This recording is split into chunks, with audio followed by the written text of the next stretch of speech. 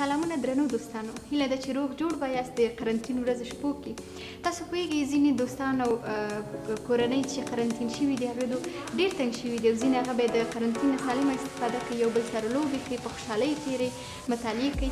نو په دې لنډه ویډیو کې موږ غواړو تاسو ته هم یو لوبه وړاندې کړو هغه کورنیو ته چې زړونه یې تنګ شوي دي او غواړي د قرنطین ورځې شپې په خیر تېر شي. نو راځئ راسره. ډک پوچ لوبه دا د افغانانو پخوانۍ او دودیزه لوبه ده. دغه لوبه به د دوو کلو ترمنځ د دوه ټیمونو ترمنځ ترسره کېده او نن به موږ تاسو ته وښیو چې دغه لوبه څنګه ترسره کېږي او څنګه کولی شو دغه لوبه وکړو. موږ دا یوه ګوته لرو او دوه ټیمه ستو، زه خالده جانه او سهیله جانه او مینه جانه ده. نو سهیله څنګه دې خوښه ده چې تاسو ته دوه نومرې درکړو او دا ګوته به زموږ نوبت به ول زموږ دوه خو ډېرې کمې نومرې نه دي، خو نو څو غواړې؟ لږه زیاته شه. ښه صحیح ده، د خالدې خبره منو، همدا درې صحیح دي. صحیح ده؟ نه لږه نور هم زیاته شه. نه همدا درې بس دی. موږ یې ترسره کوو، نومرې نه اخلو. ښه صحیح ده، موږ ته درې نومرې راکړي. صحیح ده، درې نومرې ستاسو دي.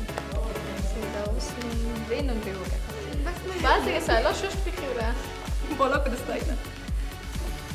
ښه مینه جان رو دست بپوچم. کدام؟ صحیح که پوچیم حتی دغه نه ما گفتم صحیح ده همگی نلري بخیادی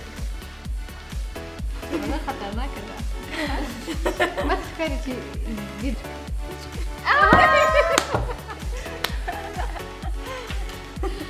دا دی دا به پوچ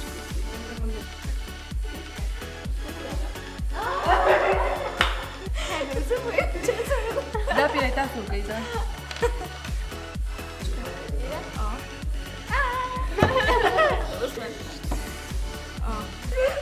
پوچکا